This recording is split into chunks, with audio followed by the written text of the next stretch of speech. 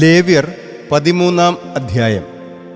കർത്താവ് മോശയോടും അഹറോനോടും ഇപ്രകാരം വചിച്ചു: ഒരു മനുഷ്യന് ശരീരചർമ്മത്തിൽ തിണർപ്പോ ചുണങ്ങോ പാണ്ടോ ഉണ്ടാവുകയും അത് അവൻ്റെ ശരീരചർമ്മത്തിൽ കുഷ്ഠത്തിൻ്റെ അടയാളമാവുകയും ചെയ്താൽ പുരോഹിതനായ അഹറോൻ്റെയോ അവൻ്റെ പുത്രന്മാരായ പുരോഹിതന്മാരിൽ ഒരുവൻ്റെയോ അടുക്കൽ അവൻ കൊണ്ടുവരപ്പെടട്ടെ. പുരോഹിതൻ ശരീരചർമ്മത്തിലെ വ്രണം പരിശോധിക്കണം.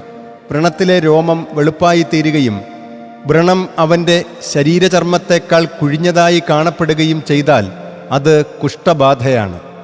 പുരോഹിതൻ അത് പരിശോധിച്ച് അവനെ മലിനനെന്ന് പ്രഖ്യാപിക്കണം.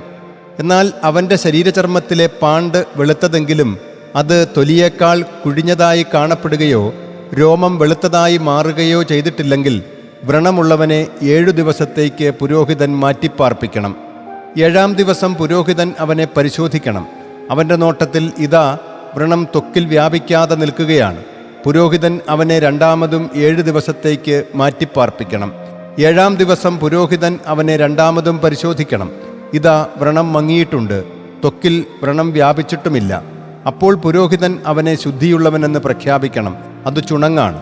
അവൻ തൻ്റെ വസ്ത്രങ്ങൾ കഴുകട്ടെ, അവൻ ശുദ്ധിയുള്ളവനാണ്. തന്നെ ശുദ്ധിയുള്ളവനായി പ്രഖ്യാപിക്കുന്നതിന് ഒരുവൻ പുരോഹിതൻ്റെ പക്കൽ ഹാജരായതിനു ശേഷം ചുണങ്ങ് ചർമ്മത്തിൽ പരക്കെ വ്യാപിക്കുകയാണെങ്കിൽ അവൻ പുരോഹിതൻ്റെ പക്കൽ രണ്ടാമതും ഹാജരാകണം. പുരോഹിതൻ പരിശോധിക്കുമ്പോൾ ഇതാ ചർമ്മത്തിൽ ചുണങ്ങ് വ്യാപിച്ചിരിക്കുന്നു. പുരോഹിതൻ അവനെ മലിനനെന്ന് പ്രഖ്യാപിക്കണം. അത് കുഷ്ഠമാണ്. ഒരു മനുഷ്യനിൽ കുഷ്ഠബാധയുണ്ടായാൽ അവനെ പുരോഹിതൻ്റെ അടുക്കൽ കൊണ്ടുവരണം. പുരോഹിതൻ പരിശോധിക്കുമ്പോൾ ഇതാ ചർമ്മത്തിൽ വെളുത്ത തിണർപ്പ്, അത് രോമത്തെയും വെളുപ്പിച്ചിരിക്കുന്നു. തിണർപ്പിൽ പുണ്ണിൻ്റെ പൊടിപ്പ്, അത് അവൻ്റെ ശരീരചർമ്മത്തിൽ പഴകിയ കുഷ്ഠമാണ്. പുരോഹിതൻ അവനെ മലിനനെന്ന് പ്രഖ്യാപിക്കണം. അവൻ മലിനനാകയാൽ അവനെ മാറ്റിപ്പാർപ്പിക്കേണ്ടതില്ല. കുഷ്ഠം ചർമ്മത്തിൽ വ്യാപകമായി തിണർക്കുകയും പുരോഹിതൻ്റെ കാഴ്ച എത്തുന്നിടത്തെല്ലാം ഉച്ചി മുതൽ പാദങ്ങൾ വരെ വ്രണമുള്ളവൻ്റെ തൊലി മുഴുവൻ കുഷ്ഠം മൂടുകയും ചെയ്തിട്ടുണ്ടെങ്കിൽ പുരോഹിതൻ പരിശോധിക്കണം. ഇതാ കുഷ്ഠം അവൻ്റെ ശരീരം മുഴുവൻ മൂടിയിരിക്കുന്നു. അവൻ വ്രണമുള്ളവനെ ശുദ്ധിയുള്ളവനെന്ന് പ്രഖ്യാപിക്കണം. ആകെ വെളുത്തതായി മാറിയതുകൊണ്ട് അവൻ ശുദ്ധിയുള്ളവനാണ്. എന്നാൽ പുണ്ണ് അവനിൽ കാണപ്പെടുന്ന ദിനം അവൻ മലിനനായിത്തീരും. പുരോഹിതൻ പുണ്ണ് പരിശോധിച്ച് അവനെ മലിനനെന്ന് പ്രഖ്യാപിക്കണം. പുണ്ണ് മലിനമാണ്, അത് കുഷ്ഠമാണ്. എന്നാൽ പുണ്ണ് മാറുകയും വെളുത്തതായി പരിണമിക്കുകയും ചെയ്താൽ അവൻ പുരോഹിതൻ്റെ പക്കൽ പോകണം. പുരോഹിതൻ അവനെ പരിശോധിക്കുമ്പോൾ ഇതാ ആ വ്രണം വെളുത്തതായി മാറിയിരിക്കുന്നു. എങ്കിൽ പുരോഹിതൻ വ്രണമുള്ളവനെ ശുദ്ധിയുള്ളവനെന്ന് പ്രഖ്യാപിക്കണം. അവൻ ശുദ്ധിയുള്ളവനാണ്. ഒരുവൻ്റെ തൊലിപ്പുറത്ത് കുമിളയുണ്ടാവുകയും പിന്നീട് മാംസം സുഖപ്പെടുകയും ചെയ്തിരിക്കെ കുമിളയുടെ സ്ഥാനത്ത് വെളുത്ത തടിപ്പോ വെളുത്ത ചെമന്ന പാണ്ടോ ഉണ്ടായാൽ അവൻ പുരോഹിതൻ്റെ പക്കൽ ഹാജരാകണം. പുരോഹിതൻ പരിശോധിക്കുമ്പോൾ ഇതാ അത് തൊലിയേക്കാൾ കുഴിഞ്ഞതായി കാണപ്പെടുന്നു. അതിൻ്റെ രോമം വെളുത്തതായി പരിണമിക്കുകയും ചെയ്തിരിക്കുന്നു. അപ്പോൾ പുരോഹിതൻ അവനെ മലിനനെന്ന് പ്രഖ്യാപിക്കണം. കുമിളപ്പിൽ തിണർത്ത കുഷ്ഠബാധയാണത്. എന്നാൽ പുരോഹിതൻ അത് പരിശോധിക്കുമ്പോൾ ഇതാ അതിൽ വെളുത്ത രോമമില്ല, ചർമ്മത്തേക്കാൾ അത് കുഴിഞ്ഞിട്ടില്ല, അത് മങ്ങിയിട്ടുമുണ്ട്. എങ്കിൽ പുരോഹിതൻ അവനെ 7 ദിവസത്തേക്ക് മാറ്റിപ്പാർപ്പിക്കണം. അത് ത്വക്കിൽ പരക്കെ വ്യാപിച്ചിട്ടുണ്ടെങ്കിൽ പുരോഹിതൻ അവനെ മലിനനെന്ന് പ്രഖ്യാപിക്കണം. അത് ബാധയാണ്. പാണ്ട് വ്യാപിക്കാതെ തത്സ്ഥാനത്ത് നിന്നാൽ അത് കുമിളിപ്പിൻ്റെ വടുവാണ്. പുരോഹിതൻ അവനെ ശുദ്ധിയുള്ളവനെന്ന് പ്രഖ്യാപിക്കണം.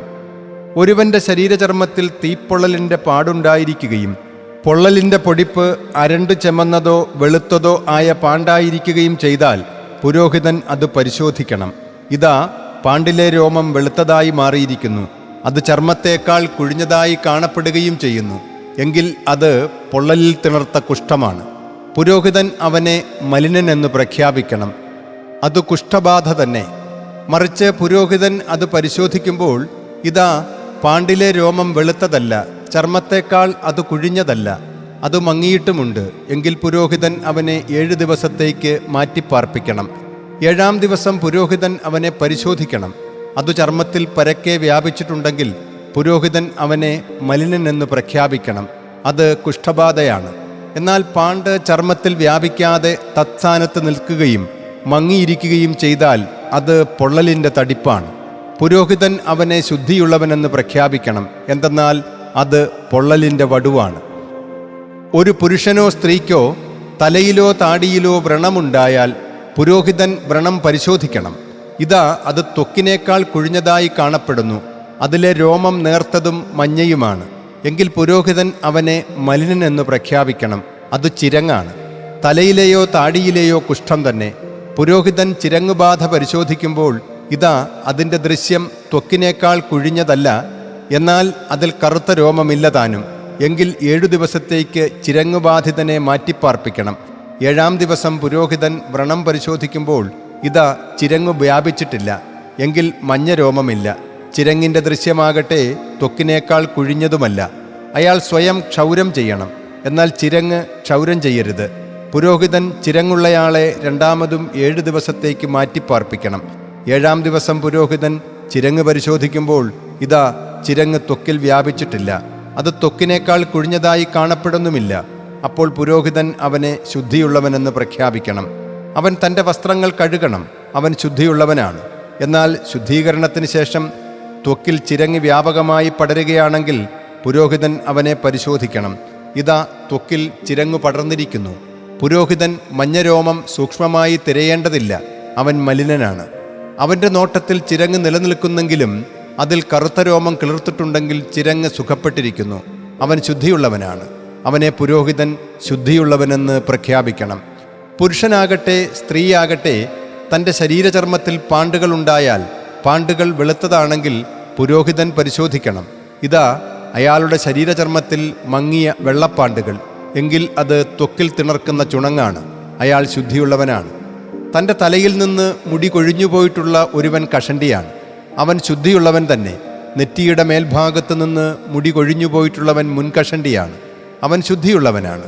എന്നാൽ പിൻകഷണ്ടിയിലോ മുൻകഷണ്ടിയിലോ വെളുത്തു ചെമന്ന വ്രണമുണ്ടെങ്കിൽ അത് അവൻ്റെ മുൻകഷണ്ടിയിലോ പിൻകഷണ്ടിയിലോ തിണർത്ത കുഷ്ഠമാണ്. പുരോഹിതൻ അവനെ പരിശോധിക്കുമ്പോൾ ഇതാ അവൻ്റെ പിൻകഷണ്ടിയിലോ മുൻകഷണ്ടിയിലോ ശരീരചർമ്മ കുഷ്ഠത്തിൽ കാണും വിധം വെളുത്തു ചെമന്ന വ്രണത്തിൻ്റെ തടിപ്പ്, എങ്കിൽ അവൻ കുഷ്ഠരോഗിയും മലിനനുമാണ്. അവൻ്റെ ശരീരത്തിലെ വ്രണത്തെ പ്രതി പുരോഹിതൻ അവനെ തീർത്തും മലിനനെന്ന് പ്രഖ്യാപിക്കണം. കുഷ്ഠരോഗബാധയുള്ളവൻ്റെ വസ്ത്രങ്ങൾ കീറിയതായിരിക്കണം, അവൻ്റെ ശിരസ് അനാവൃതമായിരിക്കണം, അവൻ മേൽചുണ്ട് മറച്ചിരിക്കണം. മലിനൻ മലിനൻ എന്ന് അവൻ വിളിച്ചു പറയുകയും വേണം. തന്നിൽ രോഗമുള്ള കാലമെല്ലാം അവൻ മലിനനായിരിക്കും, അവൻ മലിനൻ തന്നെ. അവൻ തനിച്ചു താമസിക്കണം, പാളയത്തിനു വെളിയിലായിരിക്കും അവൻ്റെ വാസസ്ഥലം.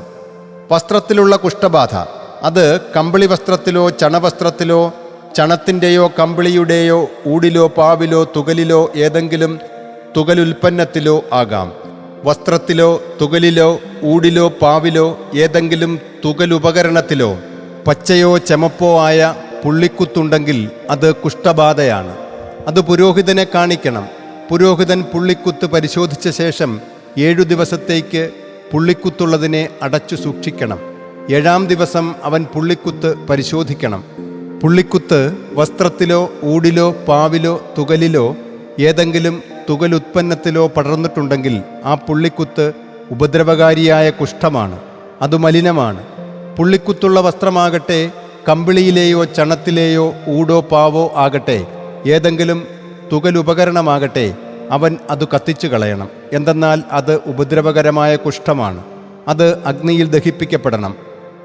പുരോഹിതൻ പരിശോധിക്കുമ്പോൾ ഇതാ വസ്ത്രത്തിലോ ഊടിലോ പാവിലോ ഏതെങ്കിലും തുകലുപകരണത്തിലോ പുള്ളിക്കുത്ത് വ്യാപിച്ചിട്ടില്ല, എങ്കിൽ പുള്ളിക്കുത്തുള്ളത് അവർ കഴുകിയെടുക്കണമെന്ന് പുരോഹിതൻ കൽപ്പിക്കണം. അവൻ അത് 2-മതും 7 ദിവസത്തേക്ക് അടച്ചു സൂക്ഷിക്കണം. കഴുകിയ ശേഷം പുരോഹിതൻ പുള്ളിക്കുത്ത് പരിശോധിക്കുമ്പോൾ ഇതാ പുള്ളിക്കുത്ത് തനതു നിറം മാറ്റിയിട്ടില്ല. അപ്പോൾ പുള്ളിക്കുത്ത് വ്യാപിച്ചിട്ടില്ലെങ്കിൽ പോലും അത് മലിനമാണ്. നീ അത് അഗ്നിയിൽ ദഹിപ്പിക്കണം. അതിൻ്റെ അകത്തായാലും പുറത്തായാലും കരിമ്പനാണ്. എന്നാൽ പുരോഹിതൻ പരിശോധിക്കുമ്പോൾ ഇതാ അത് കഴുകപ്പെട്ട ശേഷം പുള്ളിക്കുത്ത് മങ്ങിയിരിക്കുന്നു.